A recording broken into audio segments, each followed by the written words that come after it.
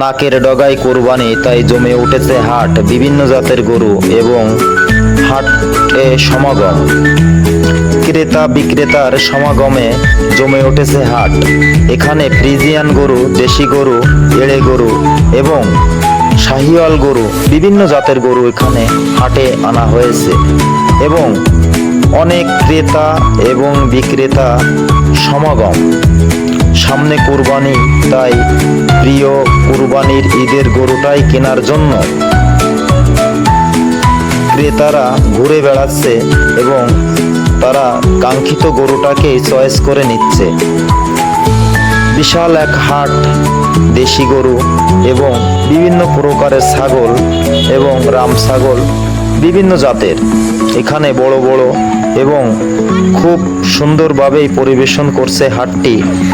এবং হাটের কর্তৃপক্ষ নিয়েছে বিশাল এক উদ্যোগ, যে উদ্যোগে সাধারণ মানুষ যেন কোনোভাবেই প্রতারণা না হতে পারে, কারণ এই সমস্ত হাটেই এক ধরনের জাল চক্র ঘুরে বেড়ায় মানুষের ঠকানোর জন্য।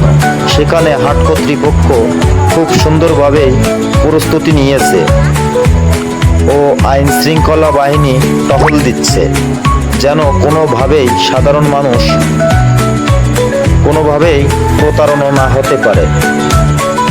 এখানে দৈত্য আকারের গরু আছে, যেখানে ফ্রিজিয়ান, শাহিওয়াল, দেশি জাতের গরু। খুব সুন্দর হাটটি পরিচালনা করছেন সাবেক বিএমপি দলীয়ভাবে। বিভিন্ন প্রকারের বিভিন্ন জাতের গরু হাটটি নিয়ন্ত্রণে আছে, সম্পূর্ণ সুরক্ষিত, যেন সাধারণ মানুষ কোনোভাবেই প্রতারণা না হতে পারে। বিভিন্ন জাতের গরু, বিভিন্ন প্রকারের গরু।